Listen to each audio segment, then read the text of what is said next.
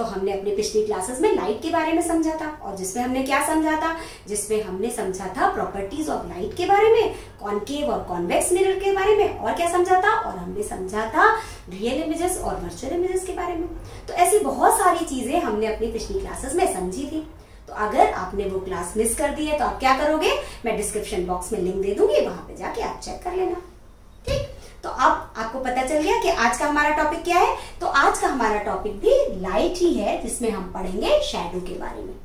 ठीक है, तो इसको पढ़ने से पहले सबसे पहले हम एक चीज और रिवाइज कर लेते हैं। वो क्या, वो हमने जो पढ़ा था कि ऑब्जेक्ट्स जो होते हैं वो कितने टाइप्स के होते हैं। जो ऑब्जेक्ट्स होते हैं वो 3 टाइप्स के होते हैं, और वो कौन कौन से हैं, वो होते हैं ट्रांसपेरेंट, ट्रांसलूसेंट और ओपेक ऑब्जेक्ट। ये सब तो हमने पढ़ा था।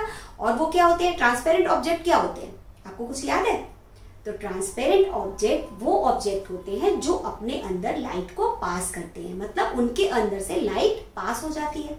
और ट्रांसलूसेंट ऑब्जेक्ट कौन से होते हैं, ट्रांसलूसेंट ऑब्जेक्ट्स वो ऑब्जेक्ट्स होते हैं जो अपने अंदर लाइट को थोड़ा थोड़ा पास कर, मतलब उन ऑब्जेक्ट से लाइट जो है वो पार्शियली पास होती है, वो पूरी तरीके से पास नहीं होती है। और थर्ड टाइप के ऑब्जेक्ट्स कौन से हैं, थर्ड टाइप के ऑब्जेक्ट्स जो है वो है ओपेक ऑब्जेक्ट्स। और वो क्या करते हैं, वो अपने अंदर से लाइट को एकदम भी पास नहीं होने देते, मतलब उसके अंदर से लाइट पास ही नहीं होती है। तो वो कौन से ऑब्जेक्ट्स हैं, वो है ओपेक ऑब्जेक्ट्स। तो इसके बारे में तो डिटेल में हमने पढ़ ही लिया है, तो अभी हम इसको और डिटेल में नहीं समझेंगे। हम बस यहाँ पे ये समझेंगे कि जो ओपेक ऑब्जेक्ट्स होते हैं वो अपने अंदर से लाइट को पास नहीं करते हैं, है ना, उनके अंदर से लाइट पास नहीं होती है। और उसका एग्जाम्पल क्या है, उसके एग्जाम्पल जैसे हम क्या है, हम ओपेक ऑब्जेक्ट है। क्यों, क्योंकि हम अपने अंदर से लाइट को पास नहीं होने देते। ठीक, तो अब आप ये पूछोगे यहाँ पर कि यहाँ पर ये सारी चीजें समझने की क्या जरूरत है। वो इसलिए जरूरत है क्योंकि हमें शैडो के बारे में पढ़ना है, हमें शैडो के बारे में जानना है, इसलिए हमें ऑब्जेक्ट्स के बारे में भी समझना था। ठीक, तो अब हम समझेंगे, सबसे पहले क्या समझेंगे, सबसे पहले हम समझेंगे व्हाट आर शैडोज, कि शैडो होती क्या है और ये कैसे बनती है। तो शैडो क्या होती है, तो आप मान लो कि आप कभी रोड पे खड़े हो, कभी आप रोड पे खड़े हो और वहां पर सन की लाइट आ रही है, सन की लाइट पड़ रही है दिन के टाइम पे, है ना। तो उसमें क्या होगा, उस वक्त क्या होगा, आपकी एक शैडो बनेगी ना। आपने सबने शैडो तो देखी होगी, कोई भी खड़ा हो जाए, कोई एनिमल है या हम हैं, तो हमारी शैडो बनती है। जो भी ओपेक ऑब्जेक्ट्स होंगे उनकी शैडो वहां पर बनेगी, कहां पर, रोड पे बनेगी। तो कभी आपने सोचा कि ये कैसे बनती है और क्यों बनती है, कभी आपके दिमाग में ये बात आई। तो वो इसलिए बनती है कि जब भी कोई ओपेक ऑब्जेक्ट लाइट के रास्ते में आ गया, मतलब अगर इधर से लाइट पड़ रही है और इसके रास्ते में क्या आया, ओपेक ऑब्जेक्ट आ गया, तो उसने क्या किया, लाइट को अपने अंदर नहीं पास किया, अंदर जाने नहीं दिया। जैसे हम किसी घर में जाना चाहते हैं लेकिन वहां का दरवाजा जो है वो बंद है, तो हम कैसे अंदर जाएंगे, हम जा ही नहीं पाएंगे। उसी तरीके से जैसे हम ओपेक ऑब्जेक्ट है और यहां से लाइट आ रही है, तो ओपेक ऑब्जेक्ट में जब लाइट आ रही है तो ओपेक ऑब्जेक्ट ने क्या किया, लाइट को रोक दिया, अंदर आने नहीं दिया। तो जब लाइट अंदर नहीं जाएगी तो क्या होगा, जो साइड से जो लाइट है, यहां से साइड से जाएगी सारी लाइट, तो जब साइड से लाइट जाएगी तो जो हमारी शैडो है वो लाइट के अपोजिट डायरेक्शन पे बन जाएगी। और वो कहाँ बनेगी, रोड पे, क्योंकि हम रोड पे खड़े हैं। तो वो कैसी बनेगी, वो हमारी जो, अगर मान लो हम खड़े हैं तो हमारी एक आउटलाइन बन जाएगी और उसके बीच में क्या होगा, एकदम डार्क कलर होगा, डार्क कलर की शैडो बन जाएगी। तो अब आपको समझ में आया कि शैडो कैसे बनती है। जब कोई ओपेक ऑब्जेक्ट लाइट के रास्ते में आ जाएगा तो क्या होगा, हमारी शैडो बनेगी, उस ऑब्जेक्ट की शैडो बनेगी। वो क्यों होता है, क्योंकि जो लाइट है वो हमेशा वो कहाँ चलती है, स्ट्रेट लाइन में चलती है ना। लाइट का जो पाथ है वो क्या है, स्ट्रेट है, जिसे हम क्या कहते हैं, जिसे हम कहते हैं रेक्टिलिनियर प्रोपगेशन ऑफ लाइट। ये तो हमने पढ़ा था, क्लियर। तो इसमें क्या हुआ, क्योंकि लाइट स्ट्रेट लाइन में चलती है ना, तो यहाँ पे कोई ऑब्जेक्ट आ गया, लाइट चल रही है स्ट्रेट लाइन में, यहाँ पर ऑब्जेक्ट आ गया तो इसने इसको रोका, तो क्या होगा, जो साइड से लाइट गई तो उसने एक आउटलाइन बना दी और वो हो गई शैडो, क्लियर। तो ये तो हो गई कि शैडो कैसे बनती है। तो अब हम आ गए प्रॉपर्टीज ऑफ शैडोज में। अब प्रॉपर्टीज ऑफ शैडो क्या है, तो जैसे अभी हमने पहले समझा कि शैडो बनती कैसे है, अब हम समझेंगे कि शैडो की प्रॉपर्टी क्या होती है। तो शैडो की कुछ प्रॉपर्टीज होती है। तो शैडो की सबसे पहली प्रॉपर्टी क्या है कि जो शैडो है उसमें कोई कलर नहीं होता है ना। जैसे मान लो आप किसी एप्पल को लेके रोड पे खड़े हो जाओ सन की लाइट के नीचे, तो अगर आपको रोड पे एप्पल का जो शेडो दिखेगा वो क्या होगा, रेड कलर का तो नहीं दिखेगा, वो कैसा दिखेगा, वो डार्क कलर का दिखेगा, ब्लैक कलर का दिखेगा या डार्क ग्रे कलर का दिखेगा। इसी तरीके से अगर आप रूम में कोई बुक है उसका आप शेडो बनाना चाहो वॉल पे, तो वो कैसा बनेगा, वो भी डार्क कलर का बनेगा, है ना, उसकी भी कोई कुछ कलर नहीं दिखेगा। अगर बुक आपकी ब्राउन कलर की है या ब्लैक कलर की है या ब्लू कलर की है, लेकिन आपको कलर कैसा दिखेगा, हमेशा डार्क कलर दिखेगा। या आप खुद खड़े हो जाओ कहीं पर जहां पे लाइट है ना, रोड पे ही खड़े हो जाओ रेड कलर की टी शर्ट पहन के या येलो कलर की, तो आप कैसे दिखोगे, आप डार्क कलर के दिखोगे, आपकी टी शर्ट का कलर उसमें नहीं दिखेगा शेडो में। तो फर्स्ट प्रॉपर्टी क्या हुई शेडो की, कि शेडो आप किसी भी कलर के कपड़े पहने रहो, किसी भी कलर का ऑब्जेक्ट हो, लेकिन शेडो जो है वो हमेशा डार्क कलर का बनेगा, डार्क ब्लैक कलर का या डार्क ग्रे कलर का। ठीक, तो ये तो हो गई फर्स्ट प्रॉपर्टी। अब सेकेंड प्रॉपर्टी क्या है, जो शेडो है वो हमेशा कैसी बनती है, वो हमेशा जो है शेडो जो है वो एक आउटलाइन बनती है, मतलब किसी भी ऑब्जेक्ट की, कोई भी ऑब्जेक्ट है उसको वो डिटेल तरीके से नहीं बताती है शेडो, वो सिर्फ उसकी आउटलाइन बनती है। जैसे मान लो आपने कोई बुक रख दी है ना, और उसकी शेडो बनाई वॉल पे, मान लो आप रूम में हो और आपने बुक रख दी और उसकी शेडो बनाई वॉल पे, तो वॉल पे क्या बनेगा, वॉल पे सिर्फ बुक की आउटलाइन बनेगी, उसमें कभी भी ये नहीं बनेगा कि उसमें बुक के ऊपर लिखा क्या है या बुक कौन से कलर की है या बुक पे क्या चीजें हैं बुक के ऊपर, वो शेडो में नहीं दिखेगी, सिर्फ बुक की आउटलाइन दिखेगी। तो आपको क्या समझ में आ गया कि जो शेडो है वो हमेशा आउटलाइन बनाती है किसी भी ऑब्जेक्ट की। थर्ड प्रॉपर्टी क्या है, थर्ड प्रॉपर्टी ये है कि जो शेडो है वो सोर्स ऑफ लाइट, ऑब्जेक्ट और स्क्रीन जिसपे शेडो बन रही है उसके डिस्टेंस पे डिपेंड करती है। मान लो कि आपने एक लैंप है ना, सोर्स ऑफ लाइट, और उसके सामने आपने क्या लिया, और उसके सामने आपने एक बॉल रख दी, क्लियर। तो जब आपने वो बॉल रखी उसके सामने, तो जो उसकी शेडो है जहां पे आप लोगे, वॉल पे लोगे या स्क्रीन पे लोगे, तो उसकी जो शेडो है वो बहुत बड़ी बनेगी। लेकिन जैसे जैसे आप बॉल को सोर्स ऑफ लाइट से दूर करते जाओगे तो उसकी शेडो क्या होगी, स्क्रीन पे छोटी बनती जाएगी। या आप स्क्रीन को दूर करते जाओ और ऑब्जेक्ट को भी दूर करते जाओ तो क्या होगा, शेडो छोटी होती जाएगी। तो इससे हमें क्या पता चला, इससे हमें पता चला कि शेडो किस पे डिपेंड करती है, शेडो ऑब्जेक्ट और सोर्स ऑफ लाइट के बीच की डिस्टेंस और ऑब्जेक्ट और स्क्रीन के बीच के डिस्टेंस पर भी डिपेंड करती है। अब वो क्यों करती है, अब मान लो यहाँ पे आपका लैंप है और यहाँ पे आपने बॉल रखी है, तो जब बॉल जितनी ज्यादा लैंप के पास होगी वो उतनी ज्यादा जो रेज निकल रही है, उससे लाइट की रेज निकल रही है, उसको रोक देगी। तो जितना ज्यादा रोकेगी उतनी बड़ी इमेज उतनी बड़ी शेडो बनेगी। कहां पर, स्क्रीन पे या वॉल पे। और जैसे जैसे वो दूर जाती जाएगी वैसे वैसे वो कम लाइट रेज को रोकेगी, है ना। जैसे दूर गई तो लाइट रेज को कम रोक रही है, जितना यहाँ पर ज्यादा रोक रही थी यहाँ पे कम रोक रही है, तो जब कम रोकेगी तो शेडो छोटी बनती जाएगी। तो ये तो हो गई आपकी थर्ड प्रॉपर्टी जो हमने समझी। अब फोर्थ प्रॉपर्टी क्या है, फोर्थ प्रॉपर्टी ये है कि जो शेडो है उसका साइज जो है वो चेंज होता रहता है। जैसे मान लो कि आप जब आप मॉर्निंग के टाइम पे, है ना, जब मॉर्निंग के टाइम पे आप सन के नीचे खड़े होते हो तो आपकी जो शेडो है, जो आपकी शेडो है उसकी साइज क्या होती है, वो बड़ी बनती है, शेडो बड़ी बनती है ना मॉर्निंग के टाइम पे। और जैसे जैसे नून आता है, मतलब जैसे जैसे जो सन है वो स्काई में ऊपर एकदम आपके ऊपर होगा, आकाश में स्काई में जब वो एकदम ऊपर होगा तब हमारी शेडो कैसे बनेगी, तब हमारी शेडो एकदम छोटी बनेगी, है ना। और फिर जैसे जैसे इवनिंग होगी, शाम होगी, तो क्या होगी, शेडो वैसे वैसे बड़ी होती जाएगी।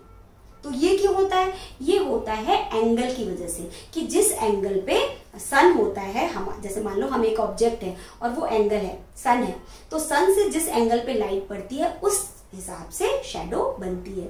ठीक है, तो ये तो हमने समझ लिया कि शेडो कैसे बड़ी होती है और नून के टाइम पे कैसे कम होती है और इवनिंग में वापस कैसे बड़ी हो जाती है। तो ये तो हो गई शेडो के साइज के बारे में बात।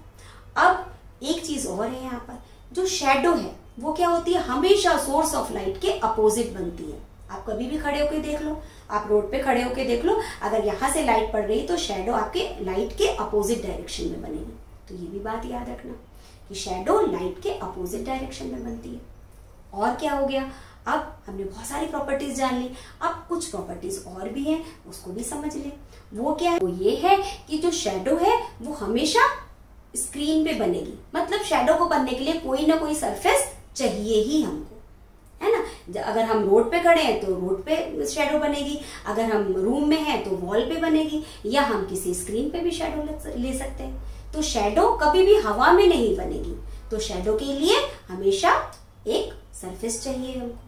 तो शैडो के लिए हमें क्या क्या चाहिए, अब समझ में आया कि शैडो के लिए हमें क्या क्या चाहिए। शैडो को बनाने के लिए हमें एक लाइट सोर्स चाहिए, सोर्स ऑफ लाइट चाहिए, दूसरा एक ओपेक ऑब्जेक्ट चाहिए, तीसरा हमें कोई सरफेस चाहिए जिसपे कि शैडो बन सके।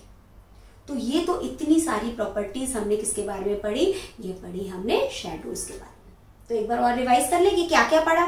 फर्स्ट प्रॉपर्टी हमने क्या पढ़ी, फर्स्ट प्रॉपर्टी वो प्रॉपर्टी है कि उसमें क्या होता है, शैडो का कोई भी कलर नहीं होता। चाहे हम किस भी कलर के कपड़े पहने, किसी भी कलर का ऑब्जेक्ट हो, शैडो का कोई कलर नहीं होता।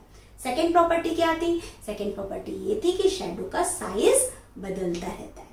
कैसे, जैसे अगर हम मॉर्निंग के टाइम पे सन के नीचे होंगे तो जो शैडो है वो लंबी बनेगी, बड़ी बनेगी, है ना, लंबी बनेगी। और नून के टाइम पे शैडो जो है वो एकदम छोटी बनेगी, और इवनिंग के टाइम पे शैडो लंबी बनेगी।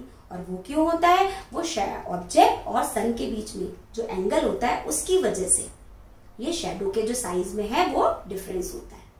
ठीक है, ये आप अपनी आगे की क्लासेस में पढ़ोगे। और क्या पढ़ा हमने, और हमने ये समझा कि शैडो को बनने के लिए कोई ना कोई सरफेस जरूरी है, चाहे वो स्क्रीन हो, चाहे वॉल हो, चाहे रोड हो। तो शैडो हवा में नहीं बन सकती। ठीक, तो और हमने क्या पढ़ा, और हमने ये समझा कि जो शैडो है वो ऑब्जेक्ट, सोर्स ऑफ लाइट और स्क्रीन के डिस्टेंस पर डिपेंड करती है। उस पर डिपेंड करती है कि शैडो कैसी बनेगी, बड़ी बनेगी कि छोटी बनेगी। ठीक, और क्या समझा, और हमने ये समझा कि जो शैडो है वो हमेशा क्या करेगी, वो सिर्फ आउटलाइन बनाएगी, किसी भी ऑब्जेक्ट को डिटेल तरीके से उसको डिस्क्राइब नहीं करेगी। क्लियर, तो ये सारी चीजें हमने शैडो के बारे में समझी। और अब हम क्या समझेंगे, अब हम समझेंगे अम्ब्रा और पेनम्ब्रा के बारे में, कि अम्ब्रा और पेनम्ब्रा क्या चीजें, ये तो चीजें आपके लिए नहीं है ना। तो अम्ब्रा और पेनम्ब्रा भी क्या है, शैडो के पार्ट है, जो कि शैडो के दो पार्ट होते हैं, उन्हें हम कहते हैं अम्ब्रा और पेनम्ब्रा। अब ये क्या है, तो इसको हम फिर से समझते हैं। अब यहाँ पे आप एक डायग्राम देख लो, यहाँ पर क्या है, ये सोर्स ऑफ लाइट है, ये ऑब्जेक्ट है, और ये क्या है, ये अम्ब्रा है, और ये पेनम्ब्रा है, और यहाँ पर क्या है, यहाँ पर स्क्रीन है। ठीक, अब यहाँ क्या हो रहा है, ये लाइट पड़ रही है किस पे, ऑब्जेक्ट पे। ठीक, अब ऑब्जेक्ट पे जब लाइट पड़ रही है, तो जैसे मैंने आपको बताया कि जो ओपेक ऑब्जेक्ट होता है, जब उसके पीछे लाइट पड़ती है, जब उसके ऊपर जो उसके ऊपर लाइट पड़ती है, तो वो क्या करता है, लाइट को पास नहीं करता, एकदम भी पास नहीं करता। तो जब वो एकदम नहीं पास करेगा तो यहाँ पर क्या बनेगी, डार्केस्ट शैडो बनेगी, एकदम डार्क कलर की शैडो बनेगी, क्योंकि यहाँ से एकदम भी लाइट नहीं पास हो रही है। तो इस रीजन को हम क्या कहेंगे, इस रीजन को हम कहेंगे अम्ब्रा। ठीक, अब यहाँ पे आप देखो, यहाँ पे क्या हो रहा है, इसके जो अपर, जो इसके टॉप मोस्ट रीजन और लोअर रीजन में क्या हो रहा है, थोड़ी थोड़ी लाइट पास हो रही है इस ऑब्जेक्ट की। तो इस रीजन को हम क्या कहेंगे, इस रीजन को कहेंगे हम पेनम्ब्रा।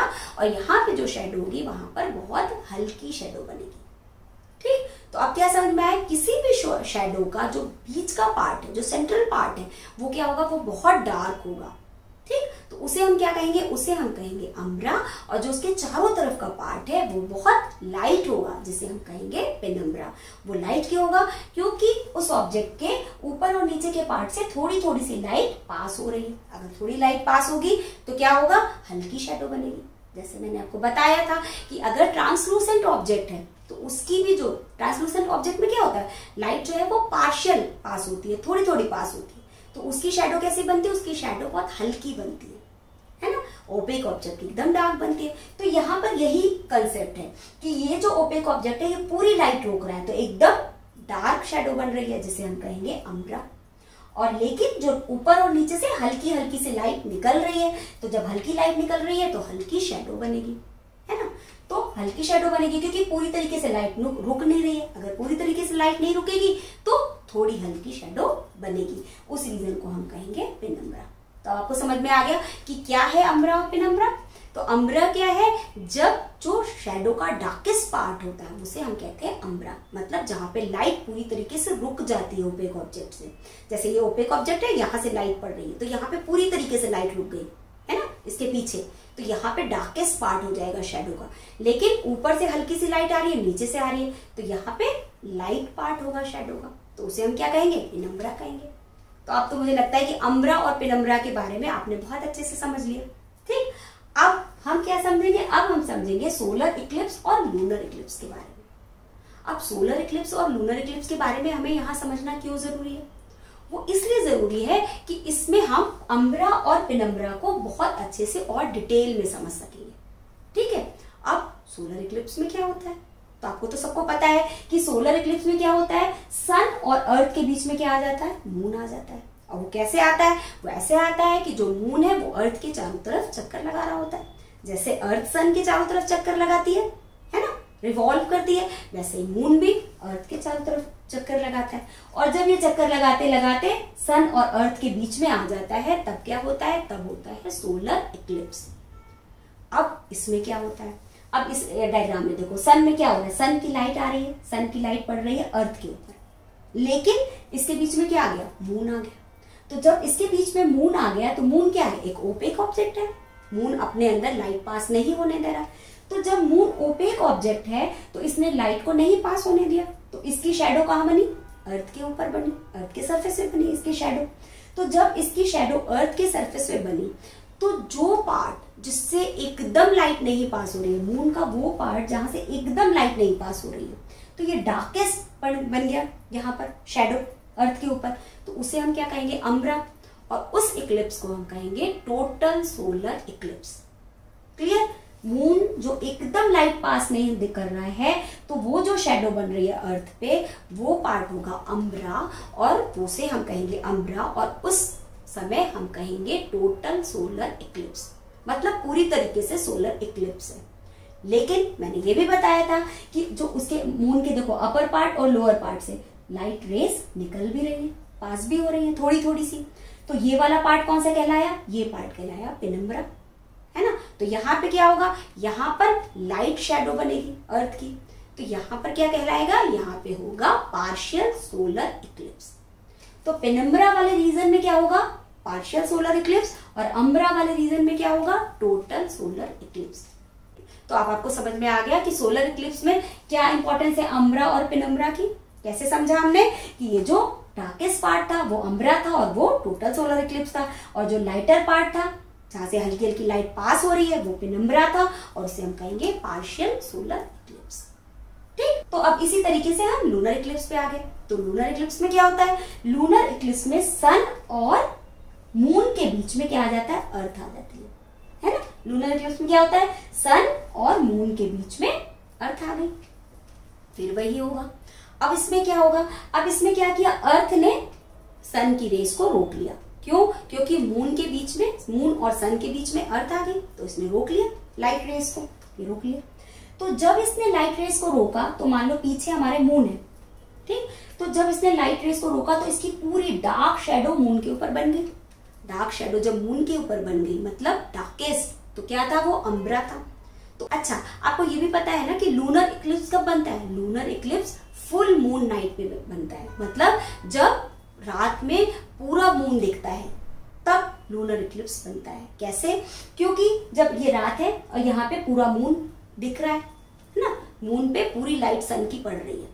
ठीक, अब क्या हुआ कि जो अर्थ थी, अर्थ के चारों तरफ ये मून रिवॉल्व कर रहा था, तो क्या हुआ, अर्थ के पीछे आ गया। उस वक्त जब उस वक्त पीछे आ गया, अर्थ बीच में आ गई, तो अर्थ की शैडो किस पे पड़ी, मून के ऊपर पड़ी। मून तो रिवॉल्व कर रहा है धीरे धीरे, तो जब मून रिवॉल्व करके कहाँ पे आया, पेनम्ब्रा वाले रीजन में। पेनम्ब्रा वाला रीजन क्या था, अर्थ के ऊपर से और नीचे से लाइट थोड़ी थोड़ी पास हो रही है, तो यहाँ पे कौन सा रीजन बनेगा, यहाँ पे लाइट शेडो पड़ेगी अर्थ की, तो इस रीजन को क्या कहेंगे, इस रीजन को हम पेनम्ब्रा कहेंगे। तो यहाँ पर जब मून आया तो वो हल्का हल्का सा हमें डल सा दिखने लगा।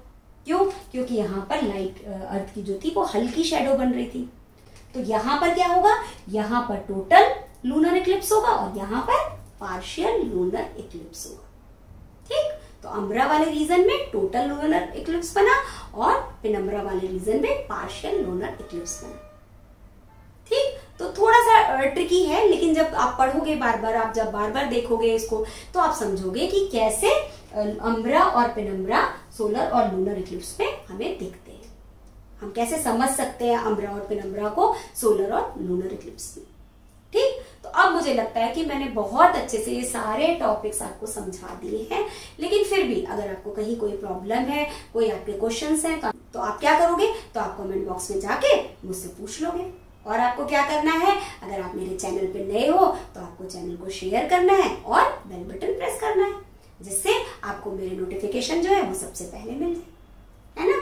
मिलते हैं एक नई क्लास में एक नए टॉपिक के साथ, तब तक के लिए बाय।